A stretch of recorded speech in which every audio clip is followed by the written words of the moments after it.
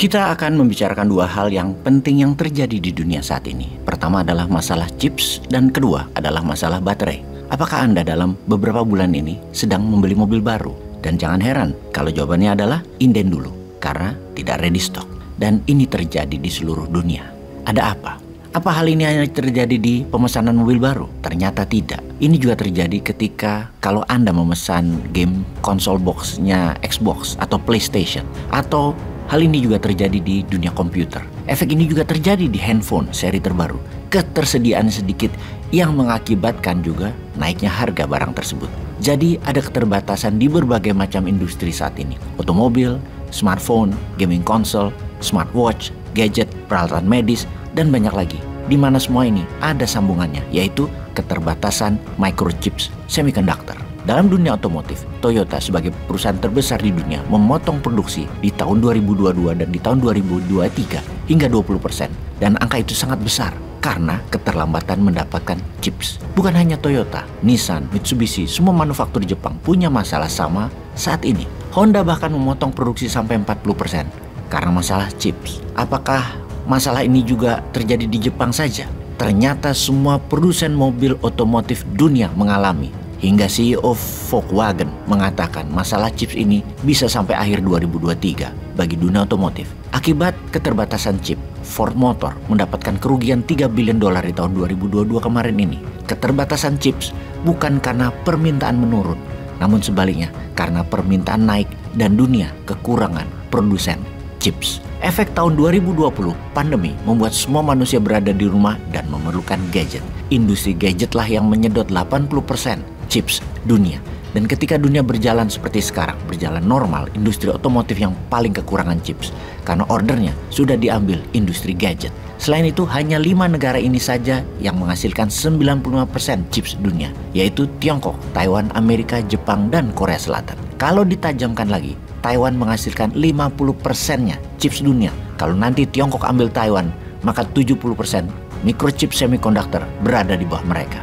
Ekonomi dunia saat ini sedang mengkalkulasi efek negatif keterbatasan chips ini dengan industri otomotif misalnya, yang mana 3% global economic output adalah kontribusi industri otomotif. Terlihat kecil ya, namun beberapa negara bergantung pada industri otomotif sangat besar. Misalnya negara Ceko bergantung pada dunia otomotif karena GDP-nya 90% didapat dari dunia otomotif. Negara Slovakia GDP-nya 13% bergantung pada dunia otomotif, di mana 40% ekspor mereka adalah part dari otomotif.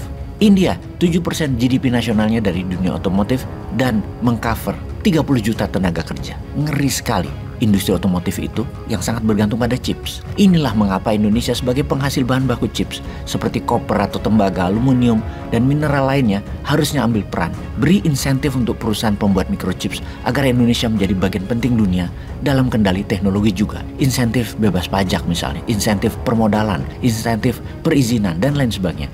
Demi membuat Indonesia menjadi kurang lebih lah mendapatkan 20% industri chips dunia. Amerika memberi insentif tahun 2023 sejumlah $50 billion. India memberi insentif $20 billion untuk membangun lembaga riset dan produsen microchips, bagian dari National Semiconductor Technology Center. Juga untuk baterai, Tiongkok, Amerika, dan India berebut memberi insentif negaranya kepada pemain baterai ini, baik manufaktur maupun mereka yang menciptakan komposisi baru. Dengan jumlah ketiganya negara tersebut, jika ditotal di tahun 2023, mereka memberikan $100 billion insentif untuk industri baterai. Kombinasi microchips dan baterai adalah new oil. Indonesia yang secara alami memiliki sumber daya alamnya, bahan baku komponen baterai dan microchips, tinggal majukan sedikit lagi, diisi kepala dan teknologi yang didukung dengan regulasi, pendanaan, insentif pajak, akan lebih unggul dari ketiga negara, yaitu Amerika, Tiongkok, dan India. Indonesia akan lebih unggul dari ketiganya. Kedua industri ini sejak tahun 2019 hingga saat ini naik 407% kebutuhannya, dan dalam 5 tahun ke depan akan naik lagi 300% lagi dengan gadget 5G dan 6G dipasarkan plus mobil dan motor listrik. Ngomong-ngomong soal baterai, kita ke baterai sekarang. Nikel mau dijadikan baterai adalah pemahaman umum yang saat ini didengungkan di negara kita yang tercinta ini. Namun apakah benar begitu? Sudah ngomong sama Elon Musk yang hanya pakai kaos ketika menerima Anda dan dipaksa berfoto pegang Kopiko?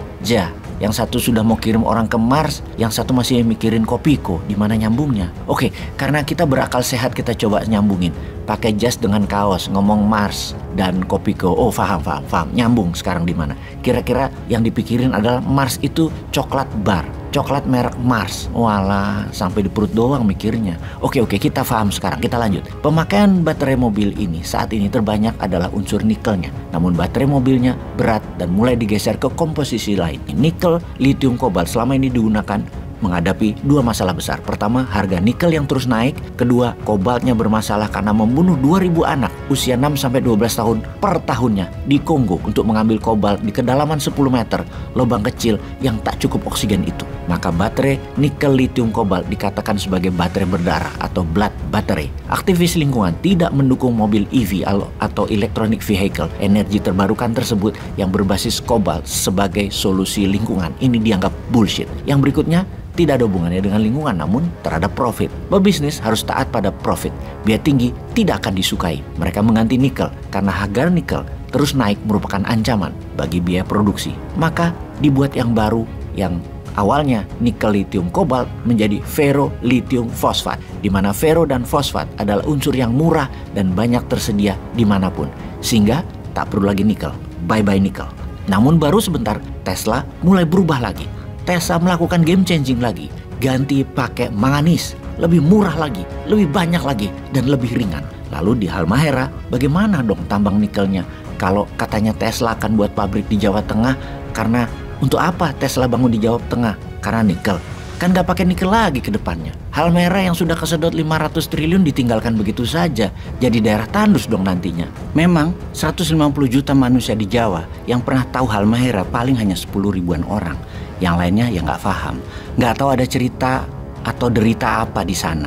Berita di pusat pun datang lewat ocehan dari anak buahnya yang ngeklaim ada penjualan senilai 350 triliun dari Halmahera sebagai sebuah sukses. Padahal rakyat setempat bertanya, mana uangnya buat rakyat Halmaheranya? Bagi rakyat setempat sama aja keadaan ekonomi mereka. Ada nggak ada tambang nikel di sana? Mendingan nggak ada tambang nikel, nggak ada aset yang hilang. Sahabat semua, semoga paham atas informasi kali ini.